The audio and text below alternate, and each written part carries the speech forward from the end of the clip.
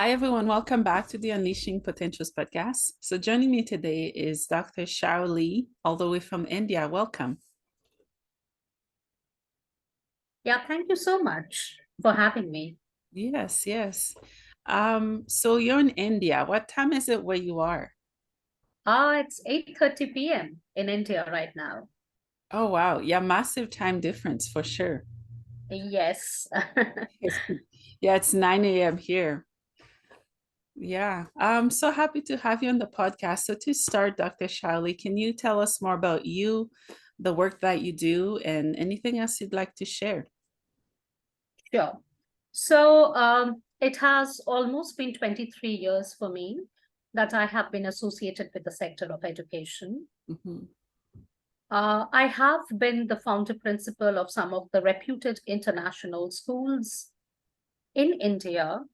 I would definitely like to mention STEM World School, which happens to be the first STEM school in West Bengal, India, which was eventually awarded for being the second best international day school Mm. in the entire region of West Bengal by Education World in 2016.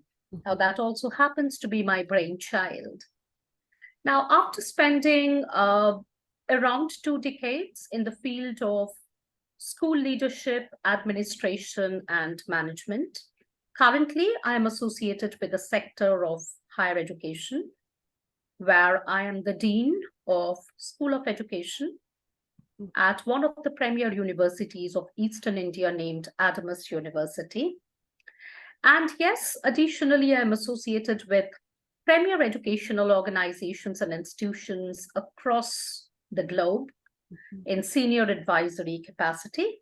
Mhm. And as an inspirational speaker, I do regularly speak on various forums, both national as well as international arena, on a lot of topics ranging from education to mindset to women empowerment and stuff like that. Mhm. So, in short, this is all about myself. Mhm. Mhm. Wow, that's so cool. I love all the work that you're doing. And you're not only doing it in India, you're reaching out across the globe, which is very, very empowering to know. What does STEM stand for?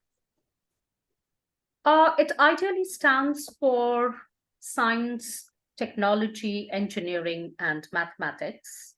Oh. So, when I told you that I have set up the first STEM school in West Bengal, India, Mm. so, you know, many people think that maybe this school was all about teaching these four disciplines to the children. Mm. But that is not so, Mhm. because real STEM education is about integration and incorporation of an additional letter A, which stands for arts and humanities. So it's rather STEAM rather than STEM. So when we say STEAM, the STEAM approach is science, technology, engineering, mathematics, and arts and humanities. Mhm. So it is basically an interdisciplinary teaching and learning approach, Mhm. which gives the children the ability to create, to innovate, and to think out of the box. And in fact, in short, to hone and nurture all the essential 21st century skill sets that are required to not only survive, but actually to thrive in this 21st century VUCA world. Mhm. Mhm. Yeah, yeah, I love that. And within your program, which curriculum do you notice that most kids are drawn to? See, it all depends on, now this is another thing which, it's quite interesting because uh, we have to understand that each and every child is born with a unique blueprint. Mm. So when a child is born, he has his own likes, dislikes, preferences, learning needs, and demands, very, very different Mhm. from the other child. Mhm. Now, the problem with the current education system is that all the children are put in one box and they are being taught in the same manner.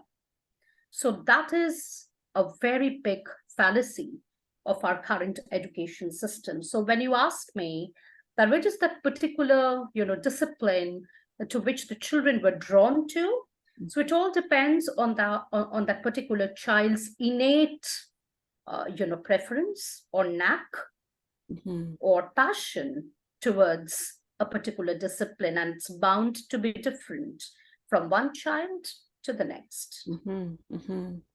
Yeah, that makes sense. What is the school system like in India? Because I've never been to school there. I know with different countries, there's different grades and so on. Do you mind telling us more of what it's like there? Sure. But the thing is that we have to understand that currently it's an age of, globalization and internationalization. So to put India in a kind of a separate or a specific perspective, I don't think that's going to be the right approach. But yes, globally, I keep on saying this in various, forums, that our education system globally requires a lot of change and transformation. Because as I mentioned, that, treating all the children in the same manner.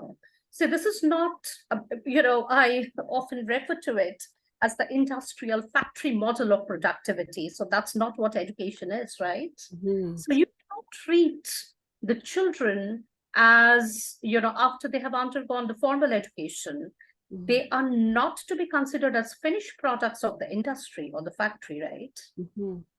So basically, they're human beings, and as human beings, they're very, very different from each other.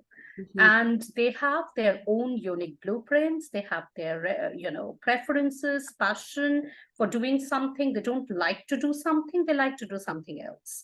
So this particular uniqueness, I think, is something which needs to be focused in our current education system, and that it is not highlighted. It's a global concern. It's not something which is specific to India per se, but it's a global phenomenon. It's a global concern. It's a global problem that, the present education system is actually doing a disservice to our, present generation of children. Yeah. I want to thank you for expressing it that way. It gives me a different perspective to understand it.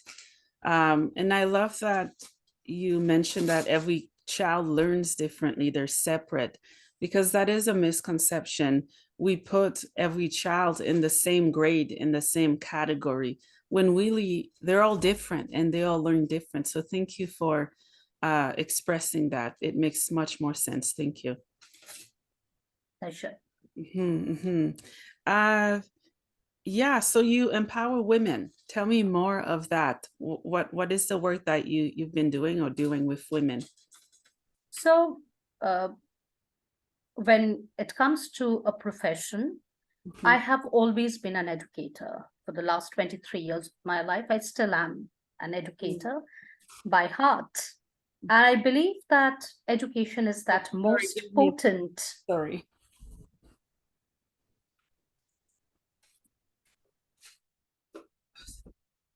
Sorry, go ahead. My cat was eating something he's not supposed to, like chocolate. It's not good for him. I'm Yeah. so sorry. Sorry, go ahead. Yeah, sure. So, I have always believed that education is that potent weapon to bring about empowerment in everyone, Yes. So when it comes to women empowerment, I think it's all the more important because, we know that in spite of all the progress that women have made globally, yet there is a very big concern with the self-confidence of women, and especially which comes from the self-limiting beliefs that they are subjected to. So I always sort of say that It's not the fight that is going on outside. What is important is the fight that goes on within us. Yes. Yes. When those voices in our head, they tell us that you're not good enough, or Mhm. that you always need to prove yourself, Mm. or that you need to please everyone around you, Mhm. and that you need to create a kind of an image or an aura of being a very good and a perfect human being as a woman. I think these are certain things with which most of the women they have to deal with, Yeah. irrespective of their formal education. And I believe that education, real education, not formal education, but real and true education, can go a long way in bringing that confidence in women, wherein they can believe that they are self-empowered, Mhm. that they do not need anybody else from outside to validate them. They do not need anybody else to acknowledge their worth, but that they're complete in themselves. Mm. As women, our imperfections, our vulnerabilities, our rawness, our courage, that's what define us. Mhm. That's what make us human, right? And that is empowerment. Mhm. When you can be comfortable in your own skin, Mhm. well, that is what empowerment is all Mhm. Mhm. Yeah. about. Yeah. Yeah. You're right. Um, yeah. Education is different from different countries. I know that there are different countries that it's expensive to get any type of education. I'll speak for myself. In Haiti, which is where I'm from, it's very expensive just to get an education. If someone finishes school, then it feels as if it's a miracle. That's how hard it is for people to learn. And I love that you're helping women because as women, we know who we are. Even though we know who we are, we look for validations on the outside. Hmm. Yeah. And what are your thoughts on empowering girls as well that are growing into women when it comes to education and other aspects? I believe that this entire process of empowerment should begin very early in one's life, because more than women, I would, rather concentrate on the empowering process of young girls, because when you catch them young, that is when you can actually create an impact. Mm. Because see, even in India, and I'm talking about rural India, not urban India. So Mm. in rural India, what we get to see is that, and this is not, also let me tell you that this is not something which is again nation specific. Mhm. It may be a common example in a lot of other nations and countries across the world. Mhm. So in rural India, we see that when a girl hits her puberty, she is made to discontinue her, formal education, Mm. because she's considered fit for marriage. Mm. You know, Mhm. so she has to be married off, and she has to start her family, and she's the one who is, even when she's very young and is staying with her parents, even then she is somebody who is a caregiver. Mm. And even after marriage, she remains so. So I am not trying to, demean or disregard the caring and the nurturing nature of women, which is all very good. But Mhm. the thing is that in a family, you need both the man as well as the woman to be caregivers, Mhm. So Mhm. that is how your family is complete.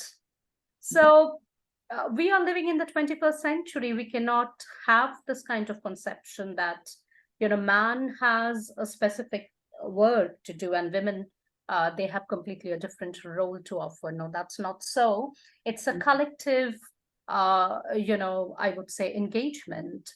And in fact, it has been seen worldwide that when both the genders they come together in order to raise a family, Mm. that family is actually a happy family, an engaged family, a meaningful and a fruitful family. Yeah. Yeah. Yeah, you're right. As you were speaking, a book that I've read came to my mind. I don't remember what it's called, but it's Malala. I don't know if you've heard of her story or not. I forgot which country she's in as well. It's called I Am Malala. Yes, yes. Yes. Um, and I look up to her and many of those incredible women and men and organizations that are fighting for education. Um, because education is so important. It's needed. And I'm just inspired by people like you and her and many others that are fighting for girls and women to be treated equal and to have the opportunity to learn. You see, we have to understand that I'm not trying to say that education is the root cause of all the problems that we are having in the world, but I'm definitely trying to make a point here that education is the answer or solution to a Mm, lot of issues, concerns, and problems yeah. that we are faced with currently. So, education can actually provide a meaningful solution to a Mm, lot of social problems mhm, that we are facing. mhm. Yeah, you're right. You're right. Can you tell me more about many of the awards that you've received? So, uh, it's like uh, I believe that uh, whether it's awards or accolades or accomplishments or achievements, so Mhm, they come in your life in order to encourage you to do much better mhm, rather than to make you feel complacent about the entire thing. So, yes, in the span of the last 23 years, I have received a lot of awards and accolades. mhm, Uh, yes, they have motivated me at different stages in my life. mhm, But very importantly, I would like to say that uh, I'm a kind of a person who is actually driven by intrinsic motivation rather than by extrinsic motivation. I'm not trying to say that the awards which I have received didn't make me feel good about them. It did. mhm, mhm, But, the kind of a person that I am, I'm more, driven by something that is within me. mhm, So even if it is not even for the awards, I would have still continued doing the kind of work that I have done mhm, with or without awards. mhm, mhm, mhm. Yeah, yeah, I can tell that. And yeah, you sound very driven, motivated, and I'm inspired. So thank you. Um, what is the biggest turning point in your career so far? So I won't say a turning point, but actually, a kind of a very big lesson in my life, which came on quite early in my life when I entered the profession of teaching with a lot of dreams and aspirations to create a tangible impact on the lives of people around me Mhm, through the power of education. So that was a time when I had a lot of aspirations, dreams, and wish to make a very positive impact. But when I entered the profession and when I experienced the kind of things that was happening in the name of education, mhm, that had actually disillusioned me. That had actually got me to thinking that we are actually doing a very, very great disservice to our children in the name of education. mhm, So, what we call education is merely a formal education, which only hands you a degree or a certificate after the completion of that formal education, but actually you gain nothing meaningful out of it. Mm. So that got me, thinking. You can call it a turning point, or you can call it, you know, a kind of a realization, an epiphany.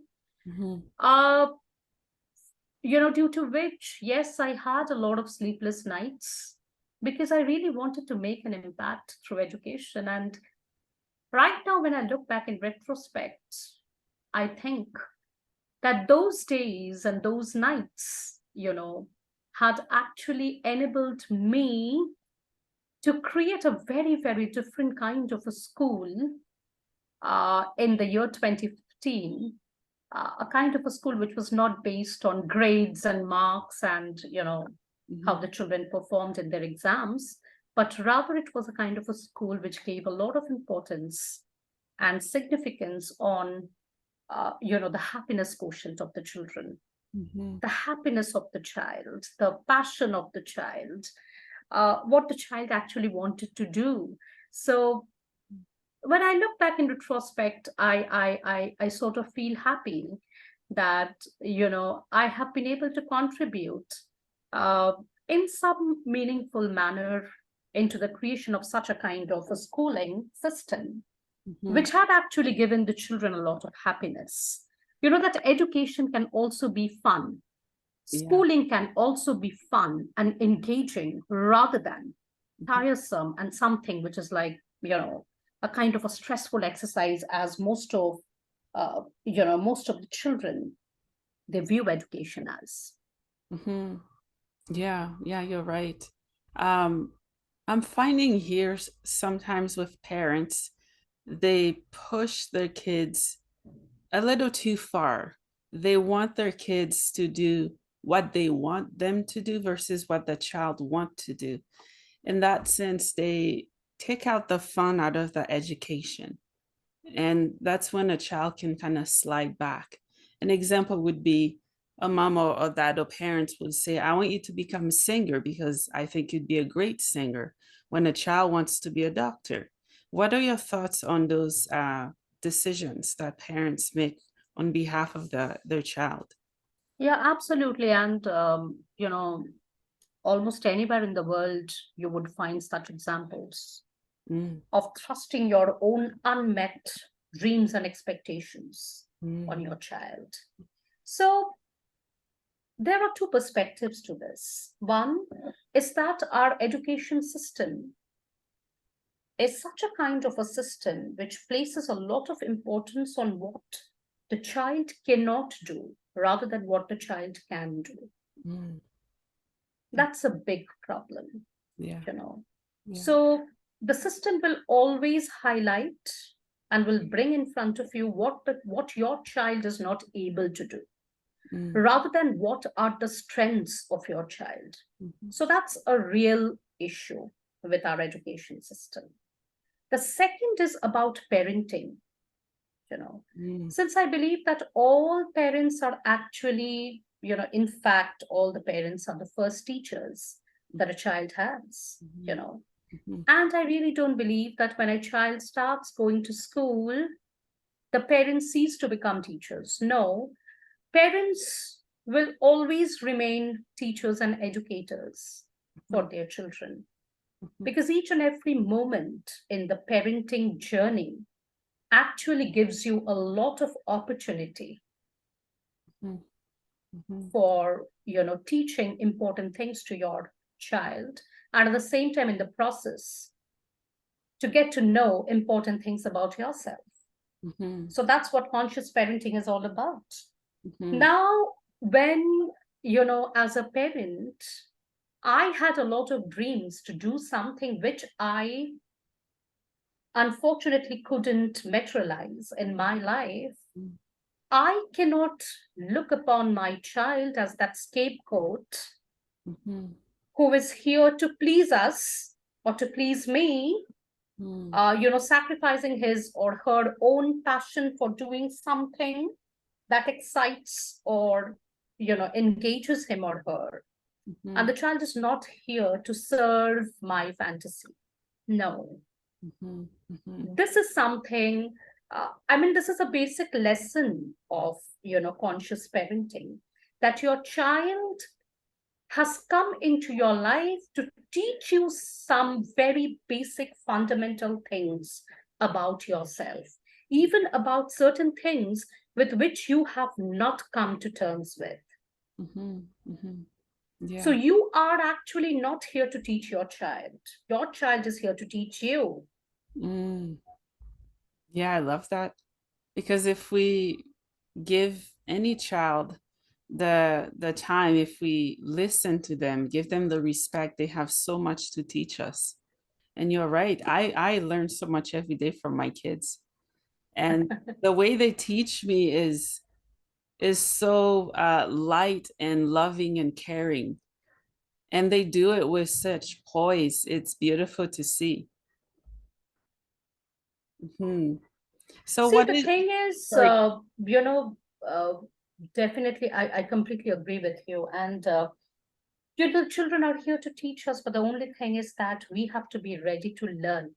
Mm, The problem is, most of the times, we are not prepared.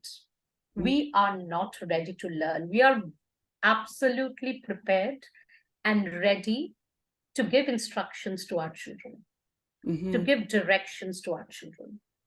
We are neither good observers nor are we good listeners as parents. mhm, Now, I always, keep on saying this, that there are two very important qualities mhm, which each and every parent should have, and they are basic qualities. One, you need to be a very, very good and sharp observer. And mhm, second, you have to be an exceptionally good and a deep listener. So mhm, if you have these two qualities, you will always learn from your children rather than always being ready to teach them mhm, something which had actually not, worked for you, right? mhm, mhm. Yeah, yeah, you're right. And some of us were so busy in our own mind or lives.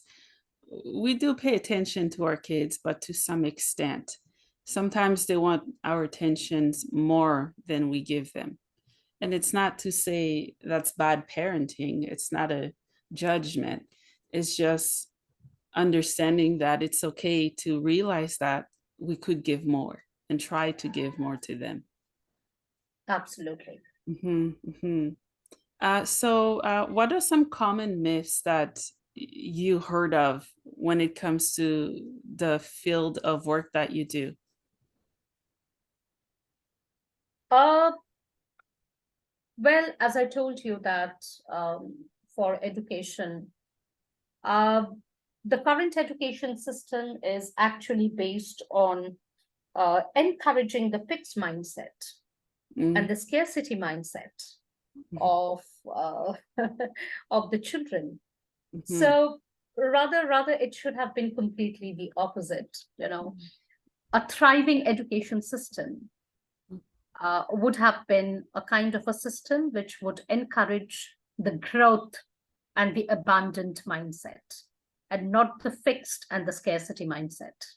mhm. You know, so the growth mindset, if I can explain it, a Yeah. growth mindset is that kind of a mindset Mhm, which embraces risks, is not afraid of failures, mhm, and it's a kind of a mindset which feels that intelligence is not fixed, that mhm, you always have scope for learning, and you have enormous capacity to grow and learn and evolve. mhm, mhm, In contrast, a fixed or a scarcity mindset believes that intelligence is fixed. mhm, It's a kind of a person who would always, hoard knowledge and is not ready to share that knowledge with others, mhm, and is somebody who is fiercely competitive and not collaborative. So if you now see, these are the current problems in our current education. Our education system gives importance to competition, mhm, gives importance to conformity, compliance, mhm, and it does not give any importance to creativity, innovation, and collaboration. mhm, So it all comes from the kind of mindset that you're trying to nurture and hone in your children. mhm, mhm.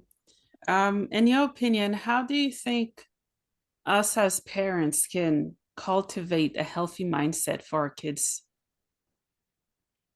There are a lot of things that we as parents we can do. I'll take you back to something that I told you a little earlier. The first and the basic thing is we need to be sharp observers and a very, very good and deep listener. Mhm, That's one. And secondly, as parents, I think we have to stop stigmatizing failures and mistakes. mm, And we have to accept failures and mistakes as something which is very, very, normal and obvious. mhm, Uh, I cannot think about any person in my life whom I have known or whom I have seen has ever learned anything meaningful without encountering failures or mistakes. mhm, But when it comes to our children, we become so very stigmatized that if our children encounter failure, we sort of think that it's a kind of a public shame. mhm, You know why? Because we always consider our children as trophies mhm, to be showcased to the world. But this particular mindset needs to go under complete transformation. And lastly, I believe that as parents, we should give more importance to the process rather than the outcome. So if you see, we all sort of come from a kind of a culture which gives a lot of importance to the score sheets, to the mark sheets, and to the results and to the grades of the child, mhm, mhm, rather than the process through which the child has actually learned. mhm, So, as parents and as educators, we need to give more importance to the process rather than the end result or the outcome mhm, or the result, I would say. mhm, So, mhm, these are the kind of mindset, very simple mindset shifts. mhm, Uh, I think, the parents, I won't say the parents would be benefited, but I would say that through the parents, the children would be benefited a mhm. lot. Yeah. Yeah. Oh my goodness. I love this so much. Thank you for breaking it down and explaining it so beautifully. You brought a word which I love and had to learn to love failures because all of us have failed at some point in our lives, whether we are successful now or not.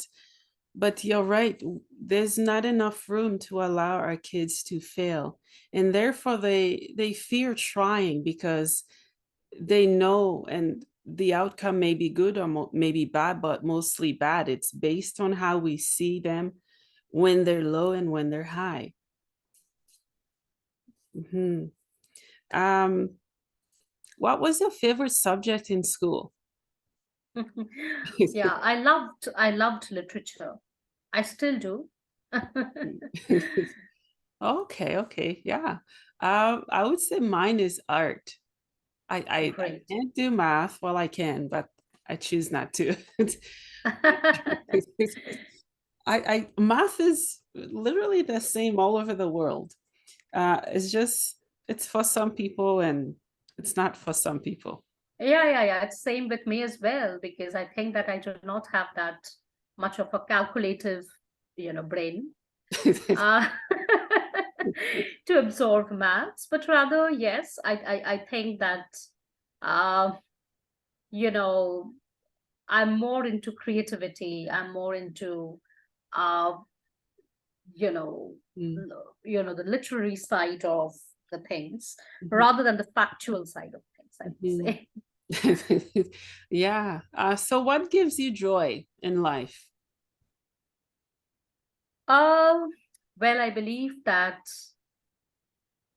the moments when I feel that I have been able to contribute in Mhm, a meaningful manner, I have been able to give back to the world, because I honestly feel myself to be privileged and blessed, mhm, and that I feel that it's my ardent duty to give back to the world in meaningful ways and manners. mhm, Those were the times when I really feel fulfilled, mhm, because a life which is led with a very clear sense of purpose Mhm. is a life well lived, according to me.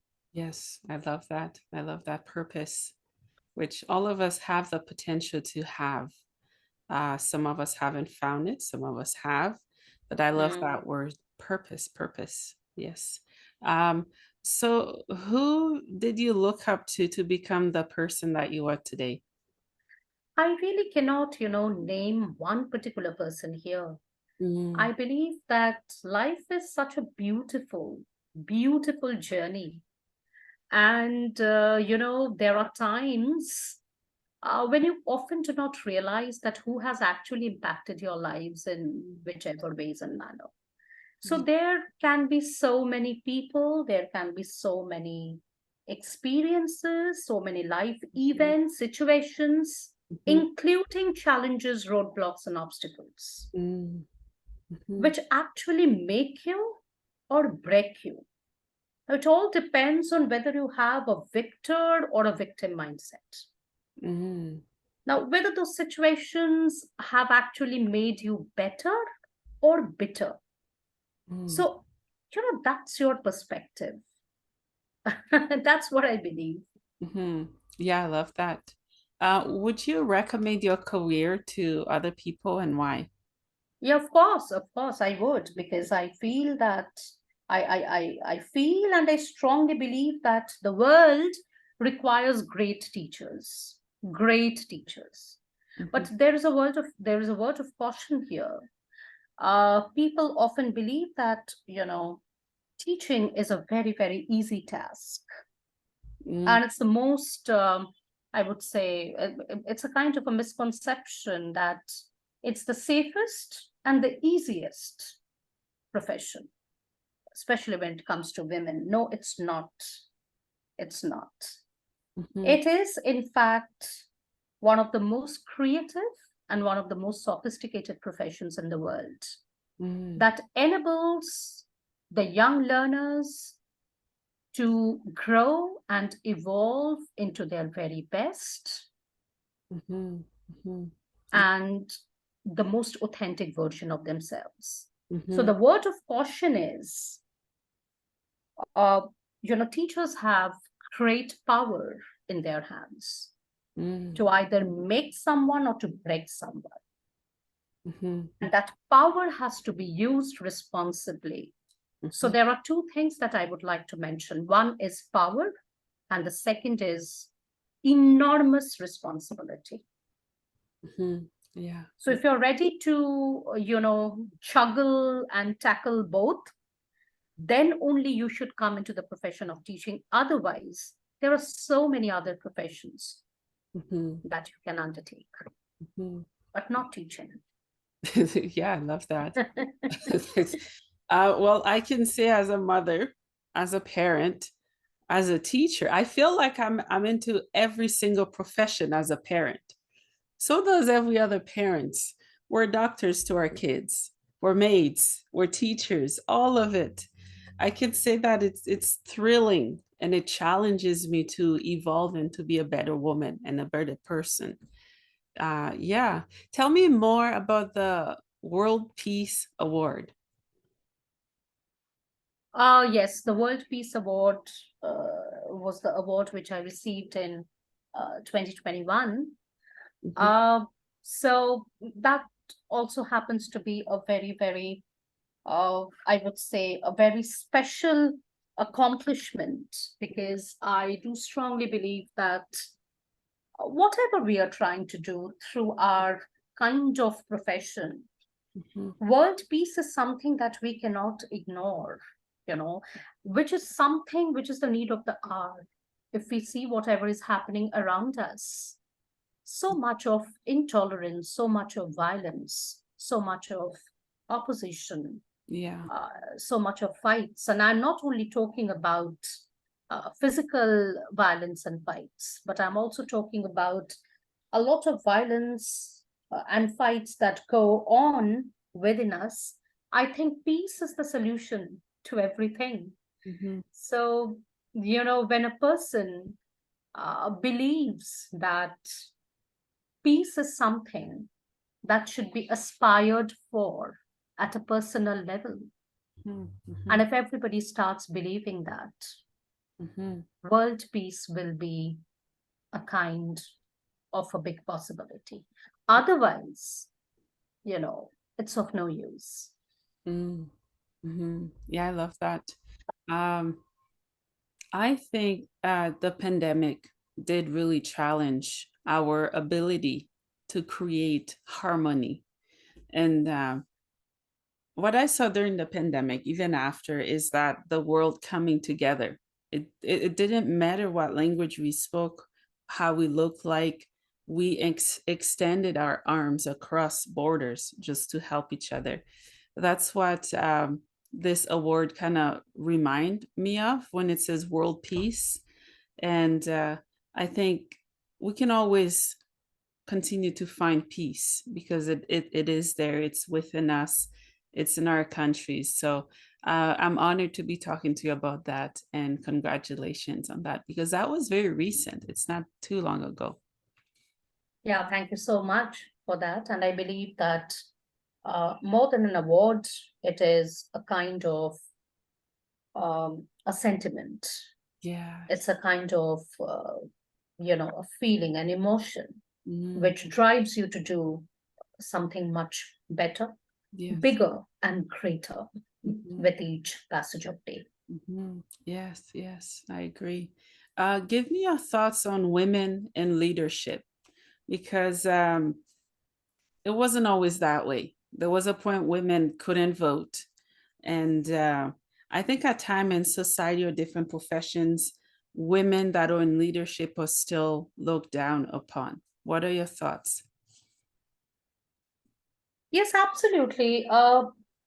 This is something which which pains me a lot.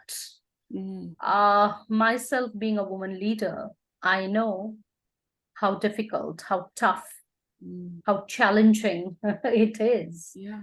to be, till today, to be the single most woman in the boardroom Mm, to attend important meetings. So I know how it feels like. mhm, And yes, of course, we need more and more women in leadership positions because you know why? Uh, when a lot of important decisions in the boardroom are taken from the male perspective, mm, and those are the decisions that sort of impact all the other employees in the organization, mhm, which consist of both males as well as females. mhm, So that is a very lopsided approach, I think. So unless we encourage and create situations and conditions wherein women uh, may feel safe to climb up the ladder to the leadership positions, mm, mhm, I think that is the greatest need of the hour. See, because women, they do not have dearth of talent. It's not that women are less talented. It's not that women are less educated. mm, But there are two very important issues that need to be tackled. One, as I mentioned a little earlier, it's about the self confidence of the women, mm. that they have to first acknowledge to themselves that they are good enough. Yes, yeah. That is the first thing. And the second is about creating that kind of an environment where women may feel safe Mhm, and sound, mhm, to climb up that ladder effortlessly. mhm, Because for most men, the climbing up the ladder becomes easier compared to women. mhm, mhm, There is so much of unconscious bias that's there. I mean, in theory, on paper, everything looks perfect. mhm, We feel that it's, everything is like gender neutral. mm, So everything is absolutely fine. But when it comes to practice and when it comes to the granular level, mm, we know what women they have to go through each and every moment. mhm. Yeah, yeah, you're right. And it's not just happening in one country or culture. Mm. It's all over the world, all over the world, whether a country is very developed and have given women access to certain industries or education, it's still happening. I love that you mentioned unconscious bias because we all see it, we feel it, but not all of us say something about it. And Mm. that's why I look up to amazing women like you and many other women I've interviewed and talked to, because we're actually saying something about it and we're giving our voice to those who are muted. And therefore, they look up to us and therefore we inspire them.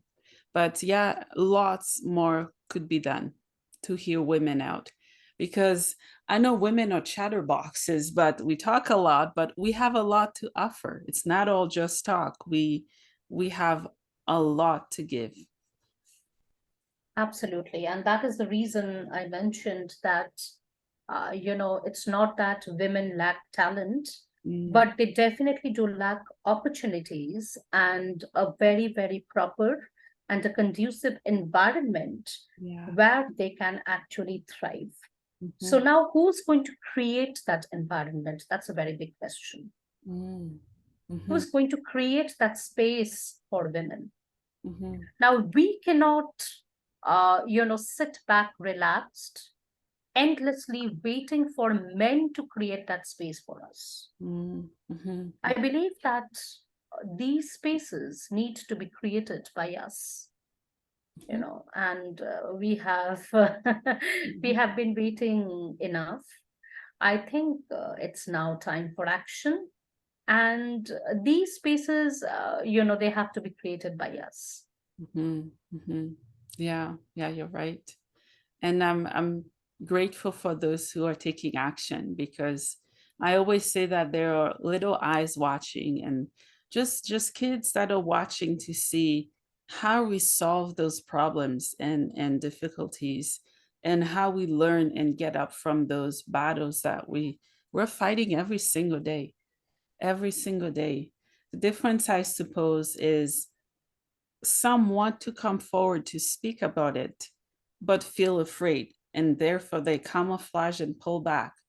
And there are those who are very bold, who come at the front of the line and say, "This is who I am. Take it or leave it. I'm a woman. I'm proud of it." And I look up to people like that. Yeah, absolutely. And here also, I believe that we have people, like us. We have, wherein we have been able to make considerable progress in our lives. Mhm, I think we should be speaking more, mhm, and we are not chatterboxes for sure. We should be yeah, speaking more because in a world where you see the speaking is done by the wrong kind of people and the wrong example being set, mm, I believe that the people, those who have made considerable progress in their lives, they should be the ones who should be speaking the right things, mm, and they need to speak more. They need to come up to the forefront to mhm, create role models yeah, for the previous I mean for the current generation to yeah, look up to. yes, It's our responsibility. We cannot ignore this responsibility.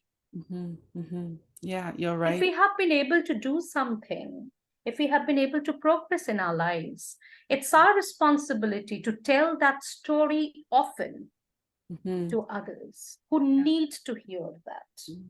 Yeah, you're right. And there are so many incredible people that have left the courage and strength for us to carry on.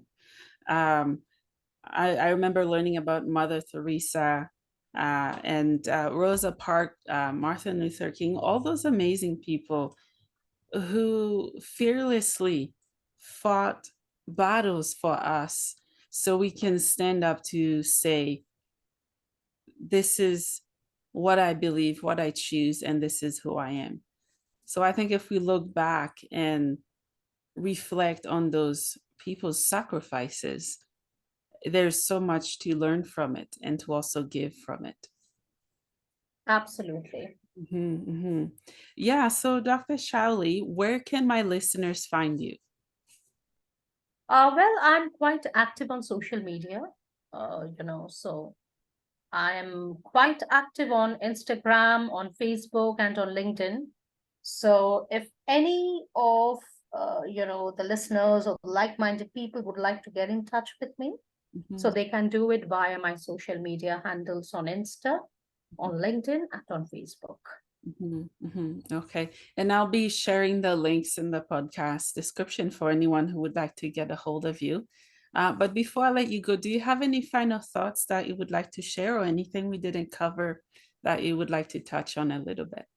Yeah, because just a while back, I think we had been talking about creating that impact and creating that perfect role model for the young girls to follow. Mm. So, in this regard, I would really like to congratulate you Oh my, and thank the wonderful work that you have been doing, because I think that this is something that needs to continue. This conversation you. uh, needs to continue. These kind of conversations, these kind of dialogues, and the stories of impact, inspiration need to be shared, promoted, and circulated, Mhm. because you never know who is getting inspired by your life's example. Mhm. Mhm.